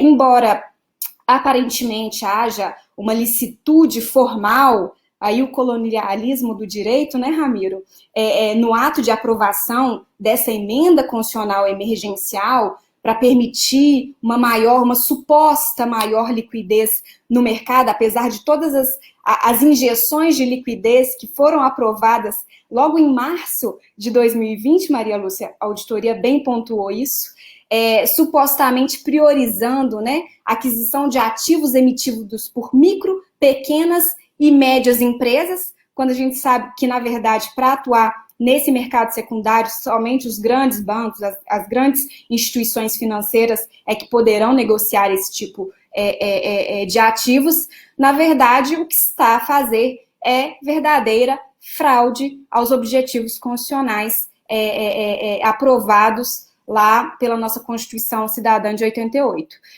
O que se pretende, mediante esses expedientes, né, pretensiamente lícitos, porque dá-se uma suposta licitude para uma operação, né, tenta constitucionalizar uma prática evidentemente ilegal por meio de uma emenda, por meio de um suposto processo legislativo democrático, mas, na verdade, o que se faz é refutar todo o núcleo duro do sistema financeiro nacional, que é, de fato, servir aos interesses da coletividade. Bom, meu tempo já está finalizando, serei muito rigorosa com os minutos que me concederam a auditoria, a rede de cátedras, e o que a gente espera é que nos próximos dias o Supremo Tribunal Federal analise a inconstitucionalidade, ao menos formal, por vício de processo legislativo, desse dispositivo da emenda constitucional, e se assim não fizer, certamente existe a possibilidade de discussão do próprio mérito da constitucionalidade dessa emenda constitucional, o que se torna ainda mais essencial esse trabalho da auditoria cidadã da dívida, de fazer as denúncias, de aclamar a sociedade, os movimentos populares, os movimentos sindicais, a sociedade civil organizada, a compreenderem um tema tão complexo, numa linguagem que Maria Lúcia tem tão acessível, e nos fazer, nós juristas, professores, população, refutar esse tipo de colonialismo jurídico, de utilização das nossas normas legais para fins, evidentemente, espúrios, né? É o que se espera, que a população se engaje nessa discussão e que continue exigindo uma auditoria cidadã da dívida pública e de todos esses mecanismos de drenagem dos nossos recursos públicos. Muito obrigada pela atenção. Agradecer a Sara pela sua exposição, e da fala dela a gente tira uma conclusão de uma contradição muito interessante e pouco abordada, né? A primeira é que o mercado, entre aspas, aí, né, e o Banco Central, que tanto exigem transparência de outros poderes, principalmente dos poderes políticos, ele realiza operações opacas, pouco publicizadas, mas bilionárias. E, por outro lado, aquela imprensa que está entre a coluna dos neutros e dos muito favoráveis, não diria nem favorável, muito favoráveis ao ministro Paulo Guedes, se dedicasse metade do tempo que gasta para discutir mentira nos currículos dos ministros ou ministeriáveis do governo Bolsonaro a tratados das relações opacas entre o Banco Central e o mercado financeiro, certamente nós teríamos entre os ministros do paredão para demissão ou para outros poderes, talvez até para o judiciário, com o ministro Paulo Guedes, seriam um dos fortes candidatos. Vamos passar aqui para o quarto e último palestrante, o Felipe Coutinho. Ele é engenheiro químico desde 1997, especialista em engenharia de processamento pela Petrobras desde 2000, tem experiência nas áreas de pesquisa aplicada, desenvolvimento e engenharia básica, no Centro de Pesquisas SEMPES e na área de projetos. É especialista também nas energias potencialmente renováveis, com ênfase nos biocombustíveis.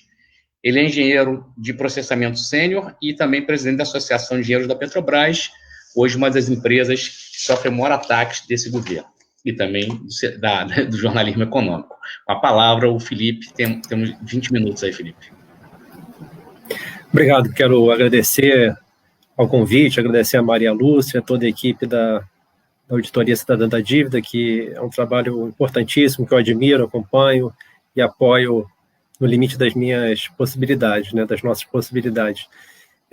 Então, eu vou falar um pouco aqui sobre a história recente da Petrobras, né, especialmente desde 2015 para cá, esse processo de aceleração das privatizações, como se dá a relação desse processo de alienação de patrimônio público em relação à própria questão do endividamento, nesse caso, o endividamento da Petrobras, como isso foi tratado pela mídia e como isso realmente influenciou na realidade concreta da empresa, né?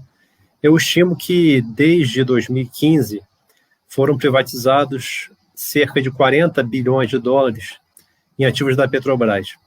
Entre os principais ativos privatizados, eu destaco a BR Distribuidora, que é a segunda maior empresa do país, atrás apenas da Petrobras. Foi privatizada de uma maneira questionável, vendendo as suas ações e o controle através de alienação do patrimônio acionário na própria Bolsa de Valores, né?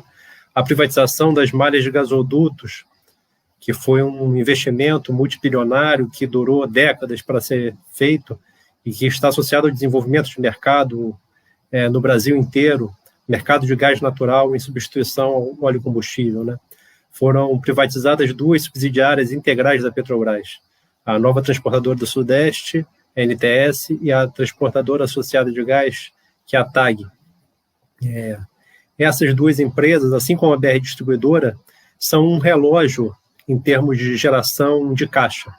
É uma geração de caixa elevadíssima e é constante e não existe risco praticamente nenhum na operação dessas empresas. São empresas que garantem à Petrobras e qualquer empresa integrada de petróleo uma capacidade, uma resiliência, uma capacidade de geração de caixa enorme, mesmo diante da variação dos preços do petróleo. Então, a privatização dessas empresas, BR, NTS e TAG, elas trazem um prejuízo para a Petrobras, que é um prejuízo financeiro, mas é também um prejuízo estratégico, porque prejudicam a resiliência da Petrobras, a capacidade empresarial da Petrobras de gerar resultado, gerar receita, gerar caixa, em especial quando os preços do petróleo estão moderados ou baixos. E essa capacidade de geração de caixa é importante, não apenas pela questão da lucratividade ou da geração de caixa em si, mas é porque reflete a geração de caixa, ela pode ser refletida no montante dos investimentos anuais. É importante que a Petrobras tenha a resiliência e a capacidade de gerar caixa para que ela seja capaz de investir. E sendo capaz de investir, ela também seja capaz de ser eficiente e poder abastecer o mercado brasileiro aos menores custos possíveis. Que, aliás, foi o motivo da criação da Petrobras, uma empresa integrada nacionalmente e integrada verticalmente, do poço ao posto. Por quê? Porque dessa forma você pode construir uma empresa que é capaz, diferente se você estiver dependendo de multinacional estrangeira ou da importação, ela, dessa forma, é capaz de abastecer o mercado brasileiro aos menores custos possíveis. E a gente sabe que existe relação entre energia e desenvolvimento humano, né? Quanto maior o consumo per capita de energia, maior o desenvolvimento humano. Uma correlação clara que você pode comparar diversos países do mundo. Quanto maior o consumo de energia per capita, maior o desenvolvimento humano das nações. E para consumir energia é necessário que a energia seja barata, em especial num país que tenha um desenvolvimento que é um desenvolvimento mediano. Quer dizer, o Brasil não é um dos países mais desenvolvidos do mundo, sob o ponto de vista industrial, sob o ponto de vista financeiro, sob o ponto de vista de infraestrutura. E a energia barata aumenta a produtividade do nosso trabalho, aumenta a competitividade da economia brasileira diante das outras economias estrangeiras, né? E também outro ponto muito importante, que muitas vezes se esquece, é que crescimento econômico, para que você tenha crescimento econômico, você precisa aumentar o consumo de energia. Então, o consumo de energia e a energia barata estão correlacionados com o desenvolvimento humano e crescimento. Desde 2015, uma série de mentiras e de falácias foram repetidas sobre a Petrobras. Então, quem pensa que a Petrobras está ou esteve quebrada ou à beira da falência, quem pensa ou pensou que a produção do pré-sal é lenta, que o pré-sal é um mico, quer dizer, é algo sem valor, ou que a exportação de petróleo cru por multinacional estrangeira pode desenvolver o Brasil, quem pensa dessa forma está sendo enganado. É vítima de uma ignorância, mas não é uma ignorância que acontece ao acaso, é uma ignorância que ela é promovida intencionalmente. por empresários de comunicação, políticos e executivos, a serviço dos interesses estrangeiros, a serviço das multinacionais estrangeiras do petróleo e dos seus controladores. Quem são os controladores das multinacionais estrangeiras do petróleo? São agentes do sistema financeiro. Quer dizer, são bancos, de uma forma direta ou indireta, os administradores do capital na sua forma fictícia. Então, sobre o mito da Petrobras quebrada, importante ressaltar que a Petrobras nunca esteve quebrada nem próximo disso. A Petrobras é a maior e mais importante empresa do país, embora tenha sido vítima da corrupção, ela sempre esteve muito longe do risco da falência. Para que você afirme de forma responsável que uma empresa está ou esteve à beira da falência, você precisa identificar os números no balanço da empresa que revelem isso. E os números da Petrobras, sempre, durante todo esse período, de 2012 a 2017, agora 2020, sempre foram números robustos. Então, a estatal, a Petrobras é uma grande geradora de caixa, né? Entre 2012 e 2017, a geração de caixa da Petrobras ela se manteve estável entre 25 e 27 bilhões de dólares por ano.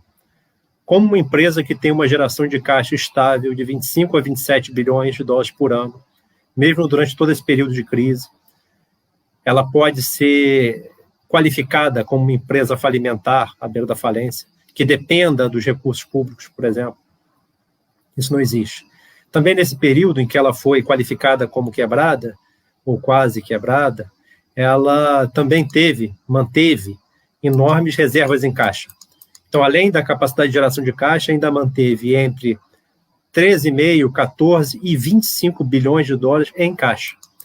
Como uma empresa que tem de 14 a 25 bilhões de dólares em caixa e uma geração de caixa acima de 25 bilhões de dólares por ano pode ser qualificada como quebrada, né? E esses valores de caixa sempre foram muito superiores aos seus pares, quer dizer, aos pares da indústria do petróleo, as multinacionais privadas estrangeiras, né, do petróleo.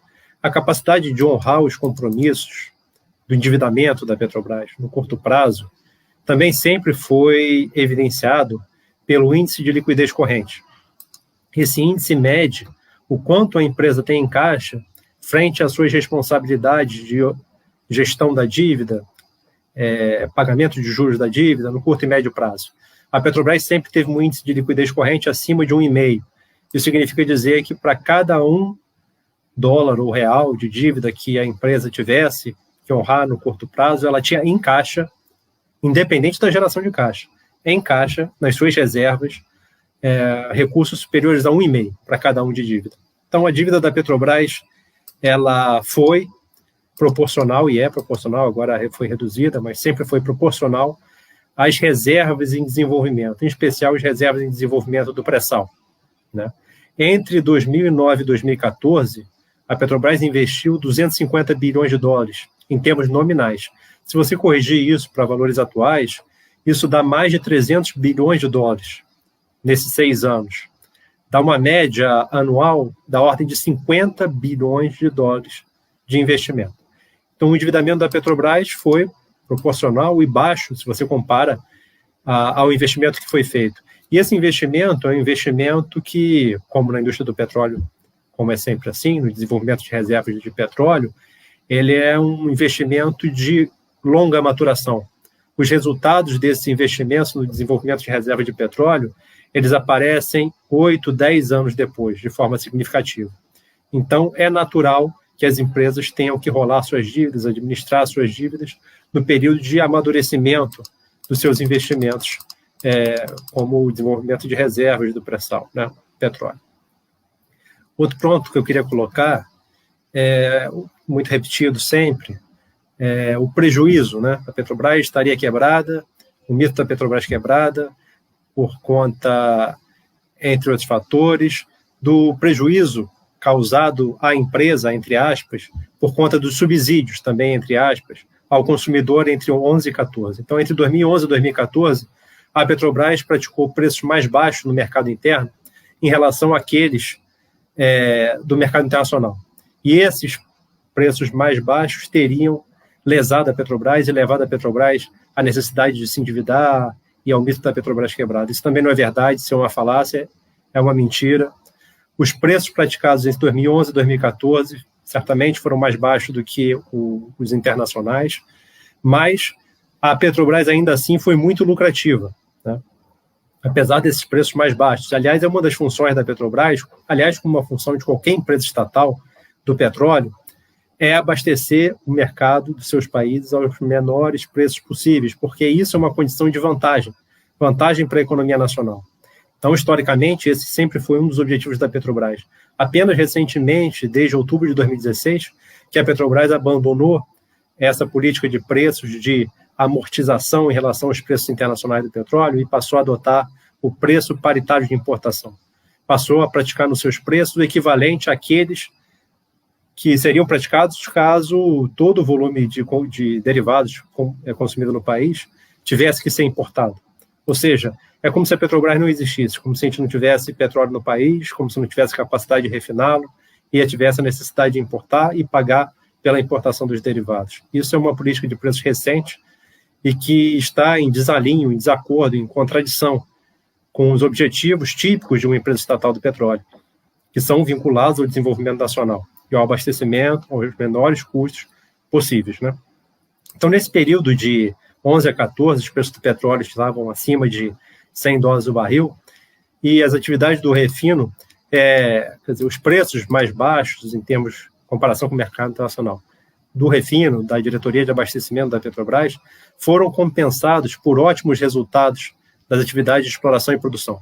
Então, no período de 15 a 16, né, quando os preços do petróleo caíram, os resultados da exploração e produção também caíram, como é natural, e foram compensados pelos excelentes resultados no refino.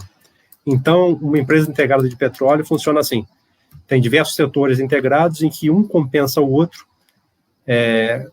conforme haja a variação dos preços. Quando o preço do petróleo cru está alto, o segmento de AIP, exploração e produção, gera mais resultado.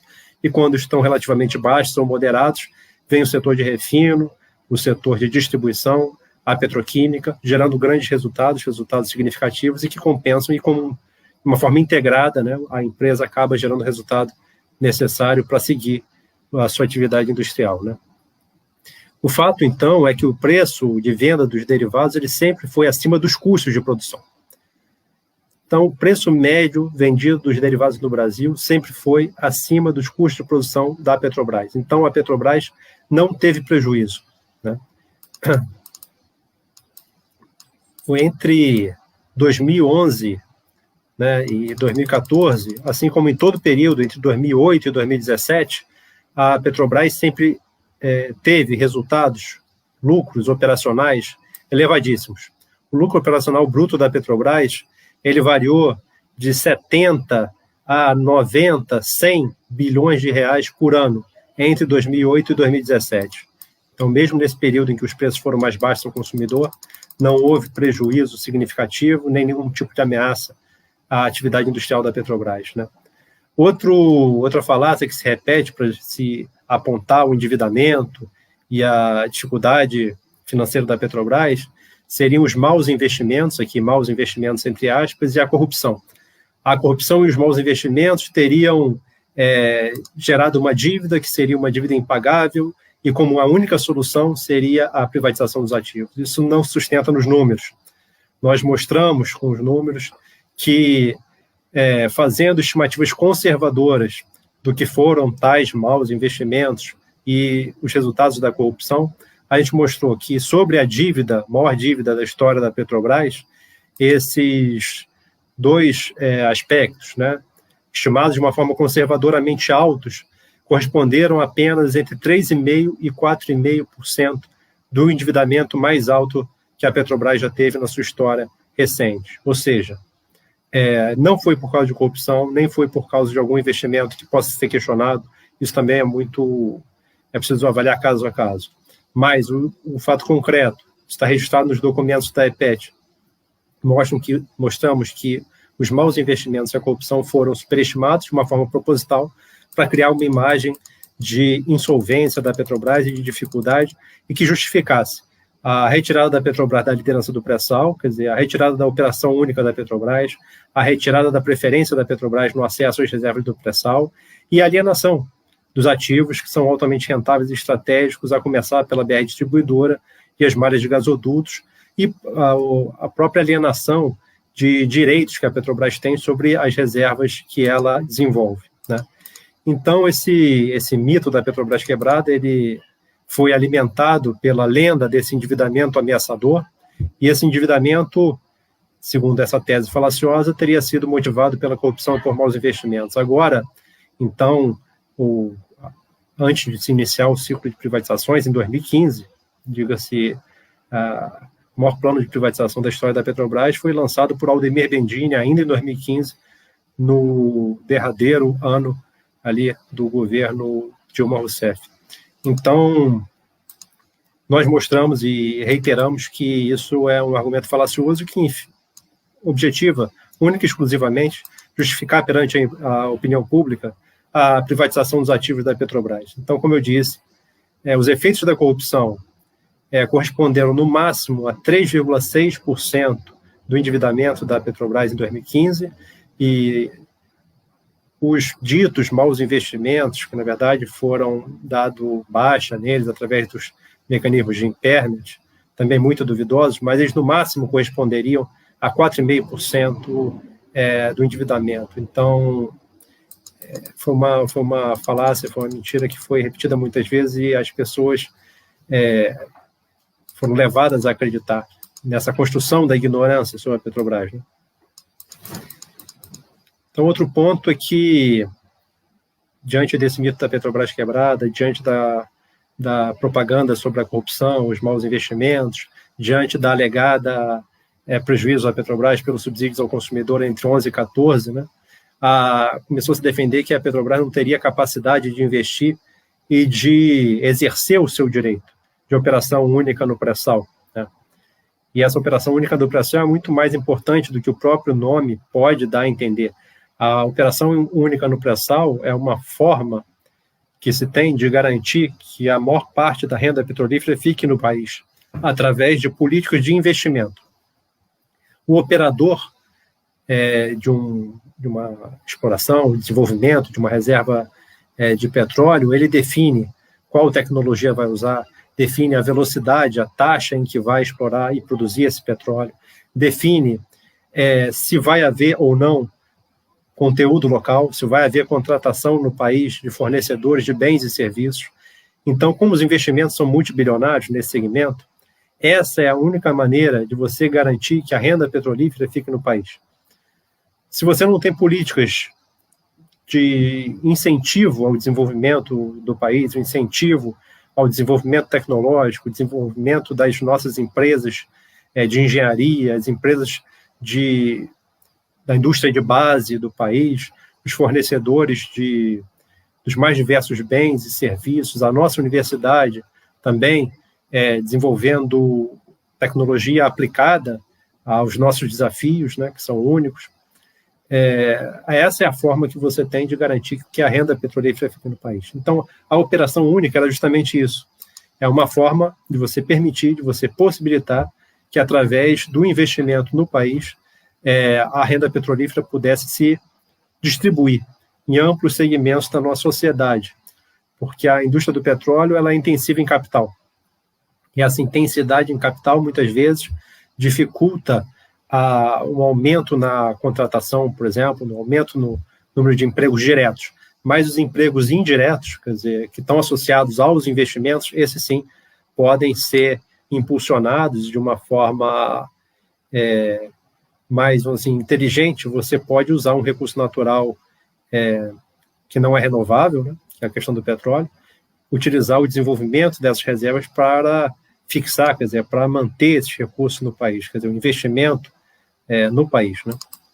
Então, por isso que é importante defender a operação única da Petrobras, mas isso também foi atingido diante de toda essa propaganda enganosa e falaciosa, como eu estou descrevendo aqui, né? Então, diante desse quadro e dessa sequência de fatos recentes, se defendeu na mídia do grande capital, que está subordinado aos interesses estrangeiros desde sempre, se defendeu a necessidade de privatizar ativos. Né? Os ativos, como eu disse, e os direitos sobre o desenvolvimento das reservas do petróleo, em especial do pré-sal. Essa necessidade de privatizar ativos e alienar os direitos sobre as reservas de petróleo seria utilizado para reduzir a alavancagem, quer dizer, para reduzir o endividamento. Seria a única forma de se reduzir o endividamento. Nós demonstramos na EPET, de uma forma prospectiva, quer dizer, fazendo uma análise do que aconteceria no futuro, desde 2016, e agora, numa análise retrospectiva, que as privatizações que iriam ocorrer, uma análise de futuro, e que agora, que a gente vê que ocorreram, a gente demonstra que elas foram responsáveis por uma redução da dívida da Petrobras da ordem de apenas 25%. Então, do total da dívida que foi reduzido de 15 a 18, quer dizer, do início de 15 até o final de 18, que foi um grande período de redução da dívida, alguma coisa da ordem de 44 bilhões de dólares da dívida foi reduzida nesse período, e desse montante, apenas 25% vieram das privatizações. Então, 75% veio de onde? Veio da geração de caixa da empresa. Então, a gente mostrou antes e depois revelou, de uma forma retrospectiva, que não havia necessidade de privatizar nem um centavo dos ativos da Petrobras com essa intenção de reduzir dívida. Mesmo assumindo que a dívida tivesse que ser reduzida, ela poderia ser reduzida, na verdade, em grande medida foi, através da geração de caixa da Petrobras. Como eu comentei aqui, sempre foi robusta. Mas agora está se tornando frágil. Por quê? Porque justamente alienou ativos que são altamente rentáveis e que geram caixa independente do preço do petróleo.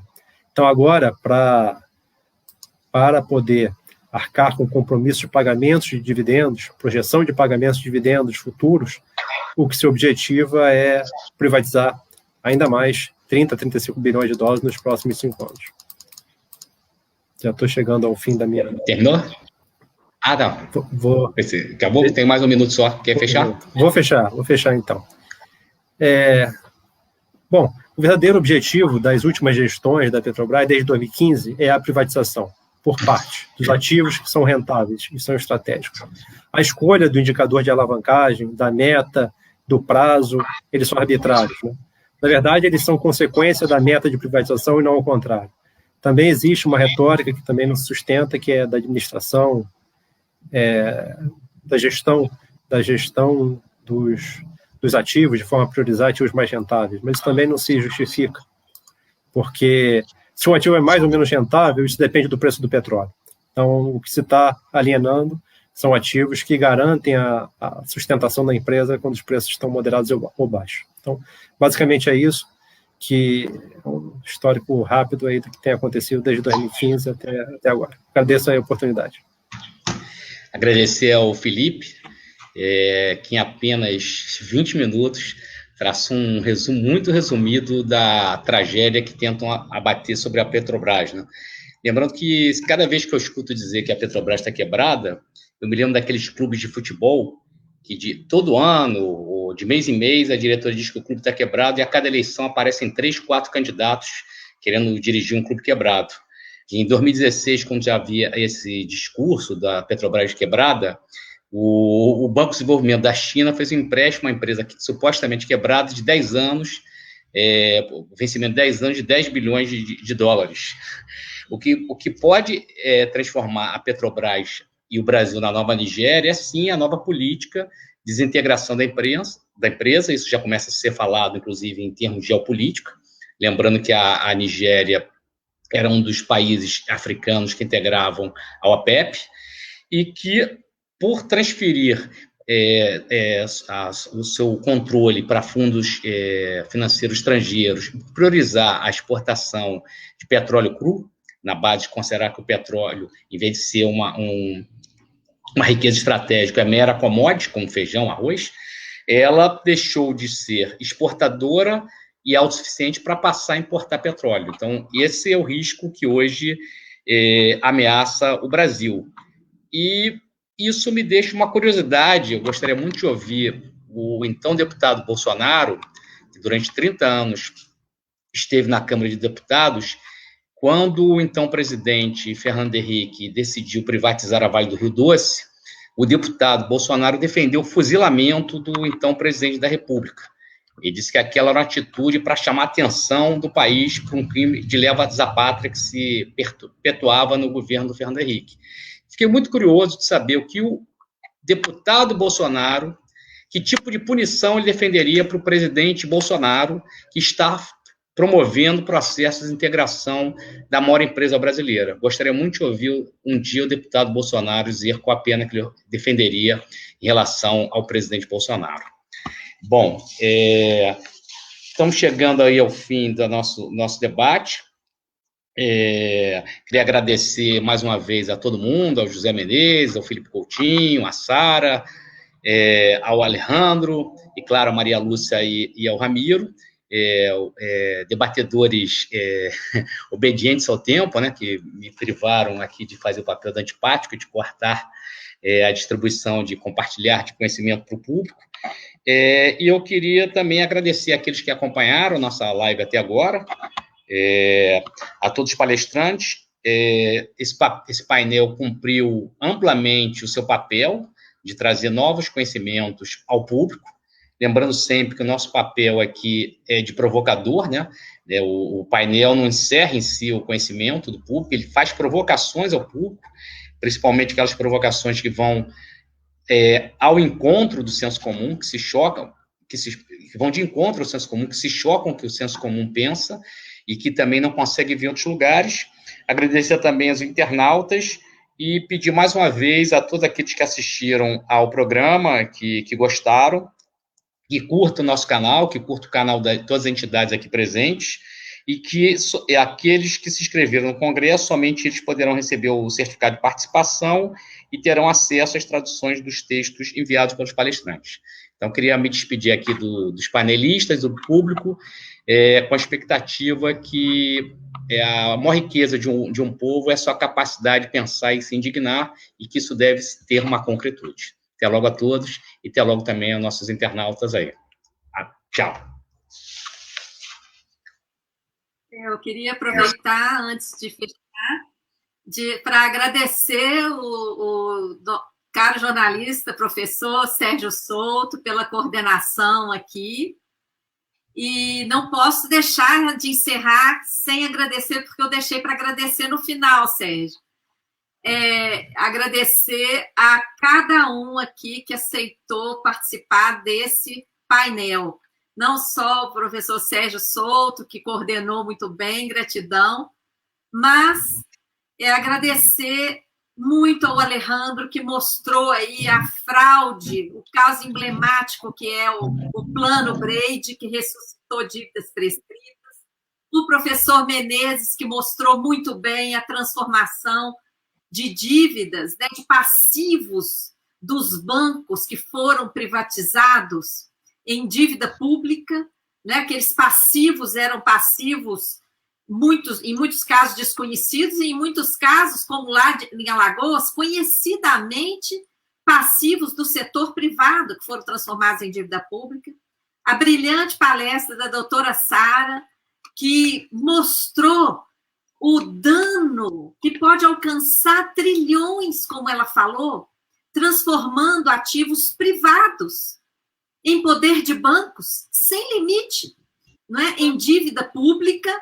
E, por último, o Felipe fechou aí com chave de ouro, mostrando essa falácia de necessidade de privatizar a Petrobras, a gigante Petrobras, e o discurso do Felipe pode ser aplicado à Eletrobras, que também está na mira. Nós vimos agora no Amapá o que aconteceu com a empresa local privatizada. Imaginem se a Eletrobras inteira já tivesse sido privatizada.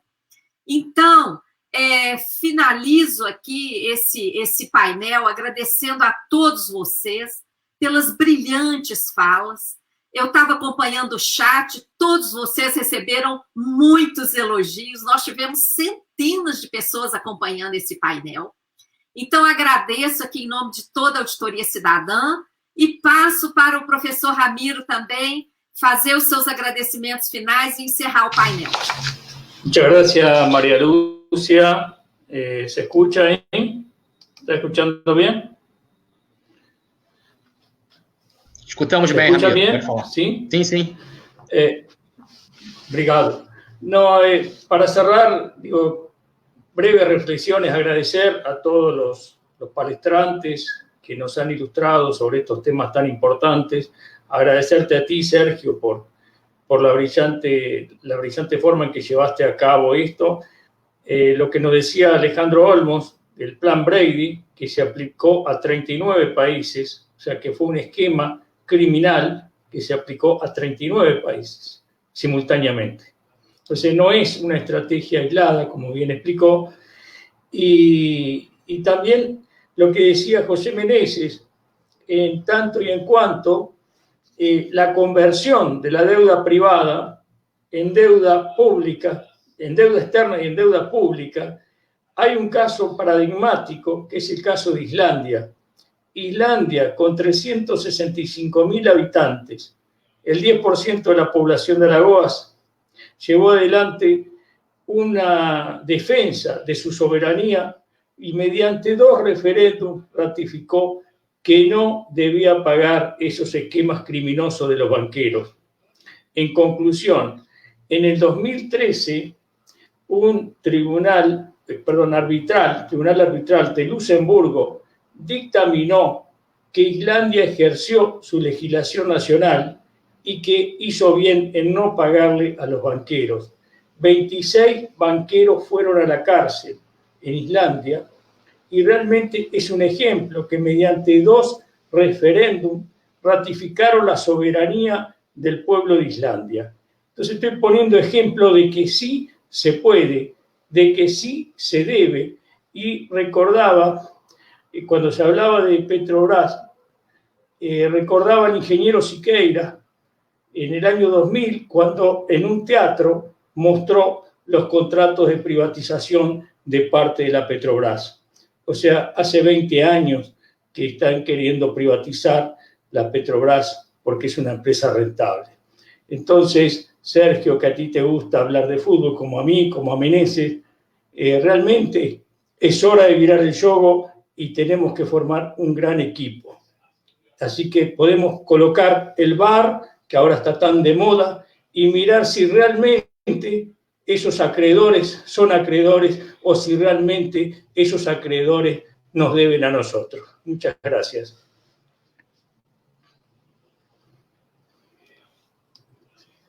Boa noite, aguardamos todos amanhã às 10 da manhã no painel 3. Parabéns à auditoria pelo seminário.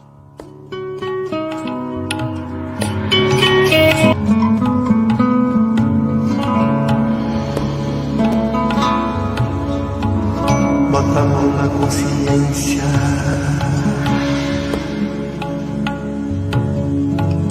bota a mão na consciência,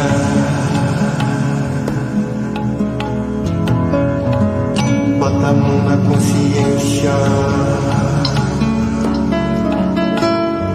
que o Brasil é o país mais lindo e rico desse reino de cristal, rico em minérios e mistérios, o Eldorado tropical. Todas as raças aqui se abençoaram pela paz universal. E no entanto a grande mídia nos leva a acreditar que a escassez é uma verdade, temos que fome passar, e que nesse jogo a nação vai mesmo ter que penar. É hora de virar o jogo, é hora de virar o jogo, é hora de virar o jogo. E se tocar públicas suicidas do Banco Central vão acabar nos levando pro buraco, a uma tragédia nacional. E não se pode calar e assistir em choque à destruição. E mão em mão, todos juntos com carinho no caminho da união.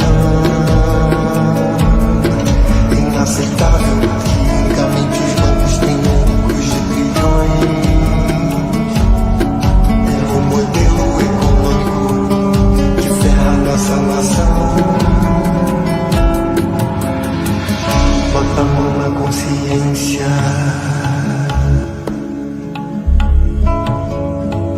Bota a mão na consciência.